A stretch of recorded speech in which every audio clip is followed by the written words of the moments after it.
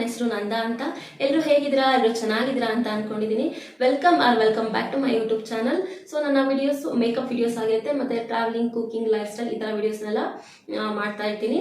So ಇನ್ನು ಯಾರು ನನ್ನ ಚಾನಲ್ ಸಬ್ಸ್ಕ್ರೈಬ್ ಮಾಡ್ಕೊಂಡಿಲ್ವೋ ಹೋಗಿ ಸಬ್ಸ್ಕ್ರೈಬ್ ಮಾಡ್ಕೊಂಡು ನೋಡಿ. ಹಾಗೆ ಬೆಲ್ ಐಕನ್ ಕೂಡ ಪ್ರೆಸ್ ಮಾಡಿ, ನನ್ನ ವಿಡಿಯೋಸ್ ನೋಟಿಫಿಕೇಶನ್ ಎಲ್ಲ ನಿಮಗೆ ಸಿಗುತ್ತೆ.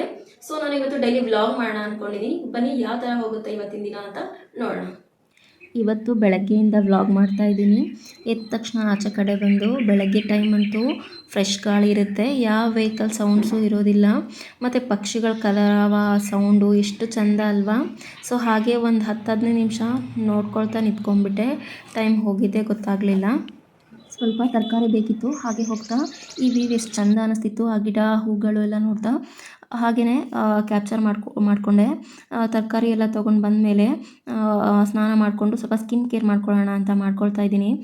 ಏನಿಲ್ಲ, ಸ್ವಲ್ಪ ಮಾಯ್ಶ್ಚರೈಸರು ಮತ್ತು ಲೋಷನು, ಲಿಪ್ ಬಾಂಬು ಇದೆಲ್ಲ ಅಪ್ಲೈ ಮಾಡಿಕೊಂಡೆ. ಈಗಿನ ವಾತಾವರಣಕ್ಕೆ ಕೈ ಮತ್ತು ಕಾಲು ಎಲ್ಲ, ಮುಖ ಎಲ್ಲ ಎಷ್ಟು ಉರಿತಾ ಇರುತ್ತಲ್ವ, ಹಾಗಾಗಿ ಸ್ವಲ್ಪ ಮಾಯ್ಶ್ಚರೈಸರ್ ಮತ್ತು ಲೋಷನ್ ಎಲ್ಲ ಅಪ್ಲೈ ಮಾಡ್ಕೊಳ್ತಾ ಇದ್ದೀನಿ.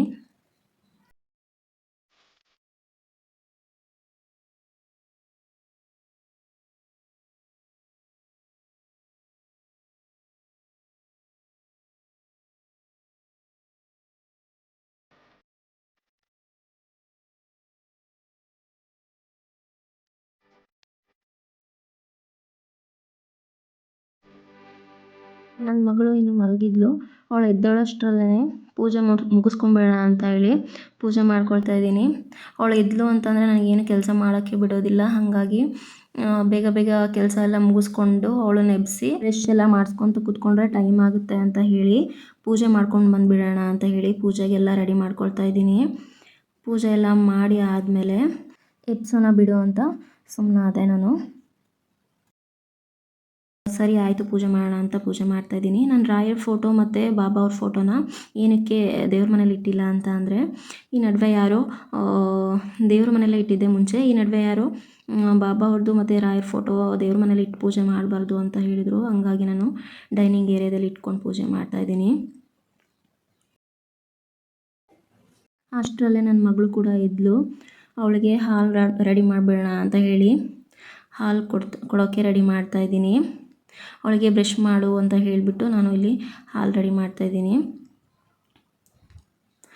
ನಾನು ಅವಳು ಹಾಲು ಕೊಟ್ಟರೆ ಕುಡಿಯೋದಿಲ್ಲ, ಹಾಗಾಗಿ ನಾನು ಹಾಲಿಗೆ ಸ್ವಲ್ಪ ಟರ್ಮರಿಕ್ಕು, ಶುಂಠಿ ಮತ್ತು ಶುಗರ್ನ ಆ್ಯಡ್ ಮಾಡಿ ಕೊಡ್ತೀನಿ.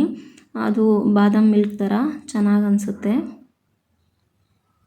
ಸೊ ಈ ಥರ ಕೊಡೋದ್ರಿಂದ ಶೀತ, ಕೆಮ್ಮು ಈ ಥರ ಇನ್ಫೆಕ್ಷನ್ಸ್ ಎಲ್ಲ ಆಗೋ ಚಾನ್ಸಸ್ ಕಡಿಮೆ ಇರುತ್ತೆ. ಅಷ್ಟರಲ್ಲೇ ನನ್ನ ಮಗಳು ಕೂಡ ಬ್ರಷ್ ಮಾಡಿ ಬಂದಳು. ಅವಳಿಗೇನು ಕೂಡ ಹಾಲನ್ನ ಬಿಸಿ ಮಾಡಿ ಕೊಡ್ತಾಯಿದ್ದೀನಿ. ಅವಳಿಗೆಲ್ಲ ಹಾಲು ಕೊಟ್ಟು, ಸೊ ನನ್ನ ಗಂಟ್ಲು ಯಾಕೋ ಕ್ರ್ಯಾಕ್ ಆಗಿತ್ತು. ಸೊ ಹಾಗಾಗಿ ಸ್ವಲ್ಪ ಬಿಸಿನೀರು ಮಾಡ್ಕೊಂಡು ಕುಡಿಯೋಣ ಅಂತ ಹೇಳಿ ಬಿಸಿನೀರು ಕುಡಿತಾಯಿದ್ದೀನಿ.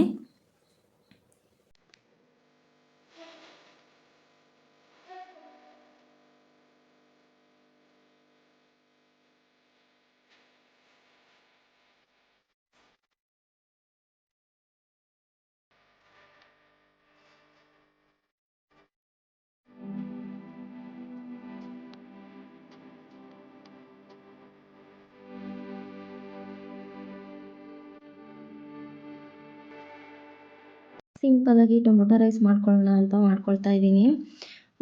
ಅದಕ್ಕೆ ಸ್ವಲ್ಪ ಮಸಾಲ ಬೇಕಿತ್ತು, ಹಾಗಾಗಿ ಸ್ವಲ್ಪ ಮಸಾಲ ಎಲ್ಲ ರುಬ್ಕೊಂಡಾದಮೇಲೆ ಕುಕ್ಕರಲ್ಲೇ ಮಾಡ್ಕೊಳ್ಳೋಣ ಅಂತ ಹೇಳಿ ಸ್ವಲ್ಪ ಆಯಿಲು ಮತ್ತು ಜೀರಿಗೆ, ಸಾಸಿವೆ ಎಲ್ಲನೂ ಹಾಕಿ ಅದಕ್ಕೆ ಮಸಾಲ ಐಟಮ್ಸ್ ಎಲ್ಲನೂ ಹಾಕ್ಕೊಂಡೆ. ಇದಾದಮೇಲೆ ಸ್ವಲ್ಪ ಈರುಳ್ಳಿ, ಟೊಮೊಟೊ ಎಲ್ಲನೂ ಹಾಕ್ಕೊಂಡು ಸ್ವಲ್ಪ ಬಾಡಿಸ್ಕೊಳ್ತಾ ಇದ್ದೀನಿ. ಇದೆಲ್ಲ ಆದಮೇಲೆ ನೆಕ್ಸ್ಟು ಸ್ವಲ್ಪ ಬಟಾಣಿ ಇತ್ತು, ಬಟಾಣಿ ಕೂಡ ಹಾಕ್ಕೊಂಡೆ. ನಿಮಗೆ ಬೇಕಿದ್ದರೆ ಆ್ಯಡ್ ಮಾಡ್ಕೊಳ್ಬೋದು.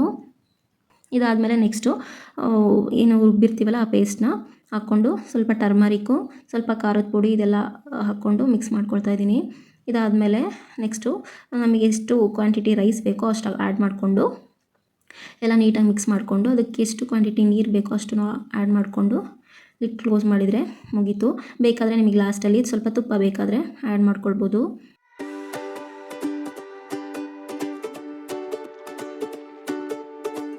ಅಷ್ಟರಲ್ಲೇ ನನ್ನ ಮಗಳು ಕೂಡ ಸ್ಕೂಲಿಂದ ಬಂದಳು.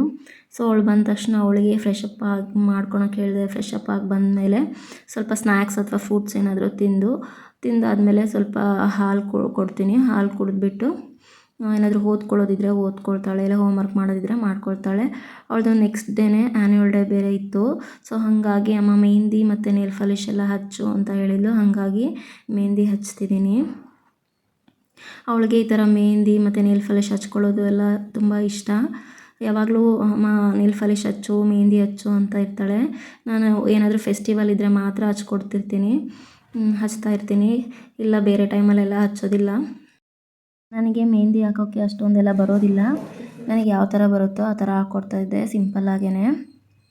ಅವಳು ಹೇಳ್ತಾಯಿದ್ಲು, ಅಮ್ಮ ಈ ಥರ ಹಾಕು, ನನಗೆ ಈ ಥರ ಎಲ್ಲ ಬೇಡ ಅಂತ. ನನಗೆ ಯಾವ ಥರ ಬರುತ್ತೆ ಪುಟ್ಟ ಆ ಥರ ಹಾಕ್ಕೊಡ್ತೀನಿ ಅಂತ ಹೇಳಿ ಹಾಕ್ಕೊಟ್ಟೆ. ಆದಮೇಲೆ ಆ ಮೆಹಂದಿ ಎಲ್ಲ ಹಾಕಾದ್ಮೇಲೆ ಊಟ ಮಾಡಿಸ್ಬಿಡೋಣ ಅಂತ ಹೇಳಿ ಊಟ ಮಾಡಿಸ್ತಾಯಿದ್ದೀನಿ.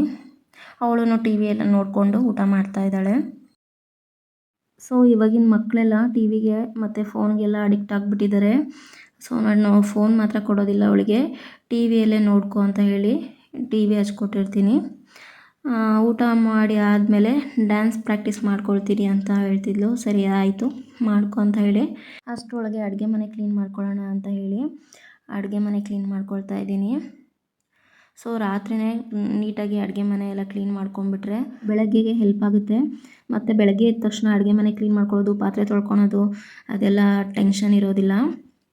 ಸೊ ಹಾಗಾಗಿ ನಾನು ರಾತ್ರಿನೇ ಎಲ್ಲ ಅಡುಗೆ ಮನೆ ಎಲ್ಲನೂ ಕ್ಲೀನ್ ಮಾಡ್ಕೊಳ್ತೀನಿ. ಅಡುಗೆ ಮನೆ ಎಲ್ಲ ಕ್ಲೀನ್ ಮಾಡಿಕೊಂಡು ಪಾತ್ರೆ ಎಲ್ಲ ಇದ್ವು, ಸ್ವಲ್ಪ ಪಾತ್ರೆ ಎಲ್ಲ ತೊಳ್ಕೊಂಡೆ. ಏನೋ ಗೊತ್ತಿಲ್ಲ, ಅಡುಗೆ ಮನೆ ಕ್ಲೀನ್ ಮಾಡಿಲ್ಲ ಅಂದರೆ ಸಮಾಧಾನವೇ ಅನಿಸಲ್ಲ. ನಾ ಎಷ್ಟು ಟೈಮ್ ಆದರೂ ಪರವಾಗಿಲ್ಲ, ಅಡುಗೆ ಮನೆ ಎಲ್ಲ ಕ್ಲೀನ್ ಮಾಡಿನೇ ಮಲ್ಕೊತೀನಿ. ಸೊ ಇದಾಗಿತ್ತು day in my life. So I hope ನಿಮಗೆ ಈ ವ್ಲಾಗ್ ಇಷ್ಟ ಆಗಿದೆ ಅಂತ. ಇನ್ನು ನೀವು ಸಬ್ಸ್ಕ್ರೈಬ್ ಮಾಡಿಲ್ಲ ಅಂದರೆ ದಯವಿಟ್ಟು ನನ್ನ ಚಾನಲ್ನ ಸಬ್ಸ್ಕ್ರೈಬ್ ಮಾಡ್ಕೊಂಡು ನೋಡಿ. ಹಾಗೆ ಬೆಲ್ ಐಕಾನ್ನ ಕ್ಲಿಕ್ ಮಾಡಿ, ನನ್ನ ವೀಡಿಯೋಸ್ ನೋಟಿಫಿಕೇಷನ್ ಎಲ್ಲ ನಿಮಗೆ ಸಿಗುತ್ತೆ. ಮತ್ತು ನೆಕ್ಸ್ಟ್ ವ್ಲಾಗಲ್ಲಿ ಸಿಗ್ತೀನಿ. ಅಲ್ಲಿವರೆಗೂ ಬಾಯ್, ನಮಸ್ಕಾರ.